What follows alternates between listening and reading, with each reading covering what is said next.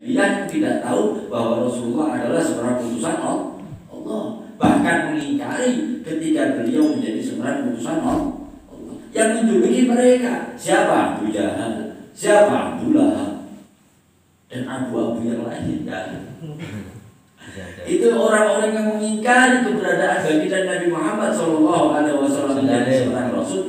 Mereka yang memberikan julukan kepada baginda Nabi Muhammad dengan julukan Al-Amin.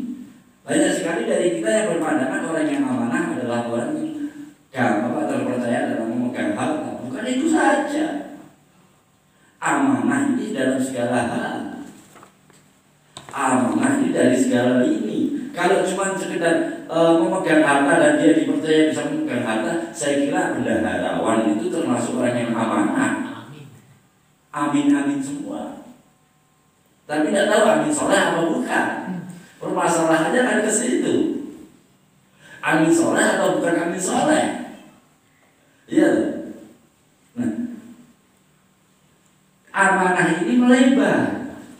Bukan hanya di permasalahan keuangan, bukan hanya permasalahan di titipan-titipan barang, bukan hanya ke situ saja. Kalau kita mau menilik lagi, melihat kembali dengan kitab-kitab Mutawwalah karangan Al-Imam Abu Hamid Muhammad bin Muhammad Al-Ghazali, lebih dahsyat lagi tentang masalah amanah. Kita tidak bisa gerak.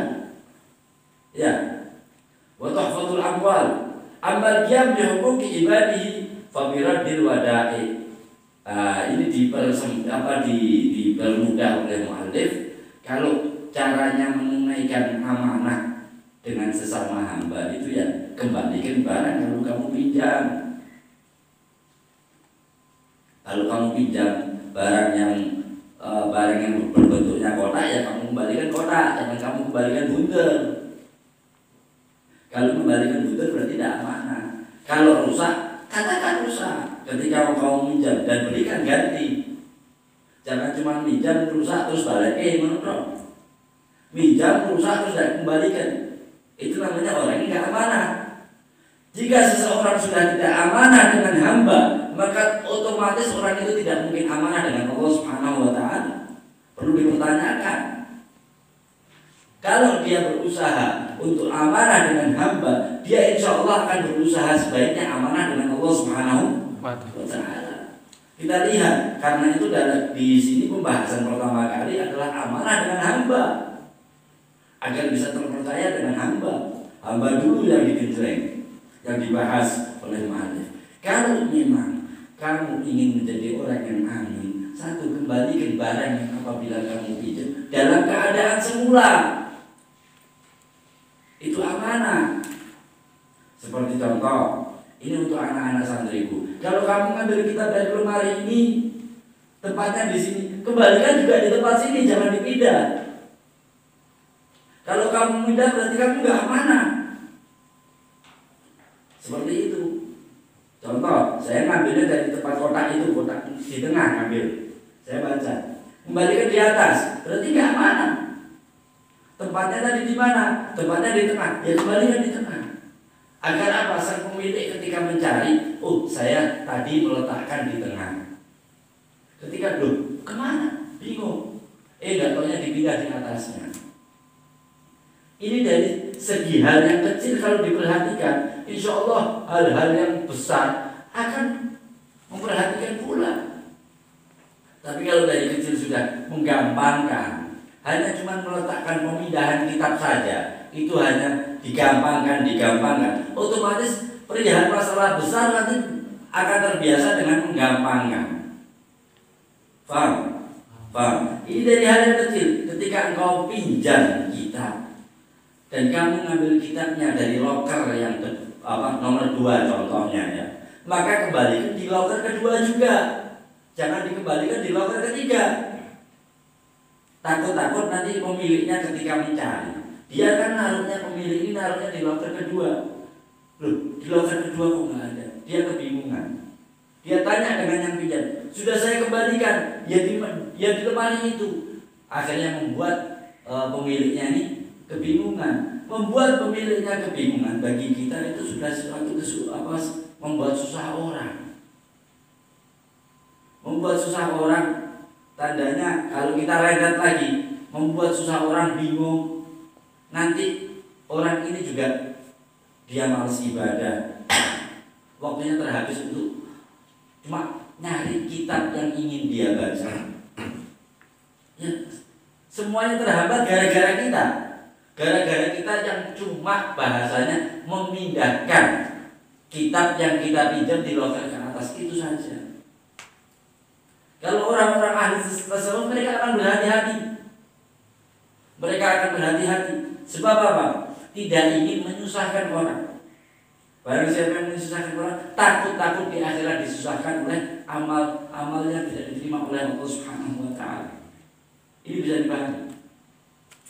Paham? Wa tarkil tatsrif fi kailin aw waznin. Dan meninggalkan at-tatsfif, wailul lil mutaffifin. Tatsfif ini menggandakan timbangan. Ya. Jadi kalau jangan sampai, berarti ini bagi penjual ini. Penjual yang jualan di pasar-pasar. Ini banyak ini. Jadi timbangannya tidak sesuai dengan takaran, didobelkan atau ditambahi. Nambahi sedikit saja, itu sudah hukumnya dapat neraka. Sebagaimana firman Allah Subhanahu wa taala, "Iskat wailun lil mutaffifin." Itu sudah jelas. Ini ancaman bagi penjual-penjual yang main timbangan. Jadi santri-santri nggak pantas kalau main timbangan. Kalau perlu dilebihkan nggak apa-apa daripada kurang. Ya kan? Watan ke-ifsa'il asrar wal quyub. Nah ini yang sering anak-anak kita ini tarikul ifsa, jangan sampai menyebarkan rahasia orang, aib-aib orang disebarkan. Kalau menyebarkan rahasia dan aib-aib orang, tandanya orang ini gak amanah. Saya minta tolong ya Mas ya, jangan ngomong sama siapa-siapa. Kenapa? Saya itu udunan. Ini contoh. Akhirnya si Fulan bin Fulan masuk kelas. Ini kenapa kok sakit? Sakitnya apa? Tidak tahu, yang penting sakit. Dia nggak mau ngomong. Ketemu sama, jangan ngomong-ngomong ya. Tadi dia ini ngomong sama saya kalau dia ini udunan. Pak, kode wae. Namanya nyebarkan. Jangan ngomong-ngomong ya. Ini kan ketoknya bahasanya mudah. Kelihatannya bahasanya mudah. Kamu jangan ngomong-ngomong ya. Kalau bapak itu udunan. Oh iya. Katanya ini. Kamu jangan balik udah ke bapak ya. Paham? Akhirnya tersebar. Aibnya tersebar. Cuma permasalahan udunan satu kampung kru kabeh. Paham?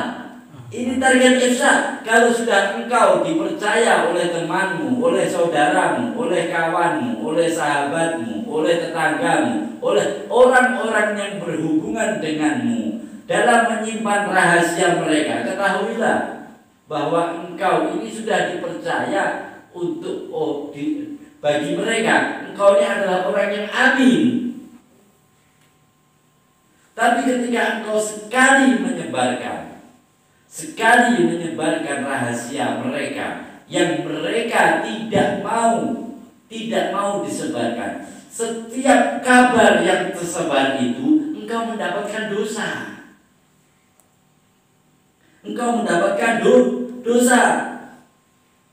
Contoh, Mas, jangan ya akhi, kamu jangan ngomong kalau saya ini udunan ya. Tolong kamu cuma ngomongnya saya sakit. Kelas, dia masuk kelas. Akhirnya dia ngomong sama temannya, dia ini sakit udunan. Nah, dia tandanya tidak menyimpan rahasia. Temannya ngomong sama temannya, selama rahasia itu terus berjalan, selama itu pula dia mendapatkan laknat dari malaikat. Dan selama itu pula dia mendapatkan dosa. Karena apa? Karena dia yang sudah dipercaya dengan temannya dan kemudian mengatakan, ya, aku akan simpan rahasiamu. Ya, aku akan simpan rahasia. Selama rahasia ini tersebar, maka dia akan mendapatkan dosa. Dan ini banyak dijalankan oleh kaum muslimin, banyak dijalankan oleh kita ini tanpa kita sadar. Namanya juga lisan, mulut. Lidah ini sesuatu yang kecil, gampang mengucap, tapi enggan bertanggung jawab. Ini lidah, gampang mengucap, enggan bertanggung jawab. Ini lidah. Paham? Lidah minta tanggung jawab kepada orang yang nggak mau lidahnya, bukan saya kok. Padahal dia yang mengucap. Karena itu jaga lidah. Kalau engkau sudah dipercaya oleh seseorang, pegang kepercayaan itu. Jangan sampai engkau menyebarkan aib-aibnya. Jangan sampai engkau menyebarkan kekurangannya. Jangan sampai engkau menyebarkan rahasia-rahasianya. Ada seseorang yang bertanya, ketika seseorang hendak menikah, ini pertanyaan banyak ini yang terjadi. Seorang laki-laki hendak menikahi perempuan, maka dia datang kepada tetangganya, atau dia datang kepada keluarganya, atau dia datang kepada sahabatnya. Bagaimana kekurangan dia? Dia cerita tentang kekurangan atau aib-aib daripada perempuan agar calon laki-laki ini tahu kekurangan perempuan itu. Itu bagus. Cuma ketahuilah bahwa yang cerita ini berarti tandanya orang tidak amin. Paham? Yang cerita ini ketika ditanya, dia cerita dan mengungkapkan semuanya, tandanya tidak amin.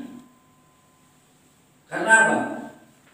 Ya jangan semuanya, cukup sekiranya, wah, kalau sama perempuan itu ya sahabat, terus suka mengadu domba, suka konflik, begini, rampung dah. Dan situ, ya, tandanya orang ini, siapa tahu orang ini juga suka mengadu domba. Jangan mudah percaya. Karena itu sifat amanah ini adalah sifat tertinggi.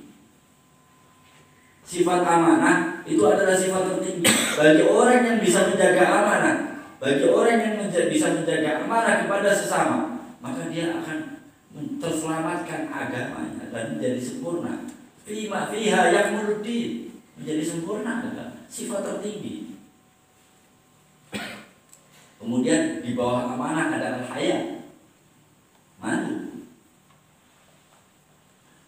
Tapi yang tertinggi adalah amanah. Sampai-sampai kalau Allah Ta'ala, innallaha ya'murukum, sesungguhnya Allah Subhanahu wa Ta'ala memerintahkan kepada kalian. Ini perintah. Antu'adul amanat ila ahliha. Pahami. Pahami kalimat ini. Ini adalah firman-Nya Allah Subhanahu wa Ta'ala. Bukan manusia yang berbicara, tapi langsung Allah Subhanahu wa Ta'ala di dalam kitabnya Al-Quran. Al-Quran Al-Karim. Innallah, ini perintah. Sifat seseorang, sifat yang seseorang yang mendapatkan perintah yang ada di dalam Al-Quran, amanah. Amanah, sifat ya. Agar kalian menjalankan amanah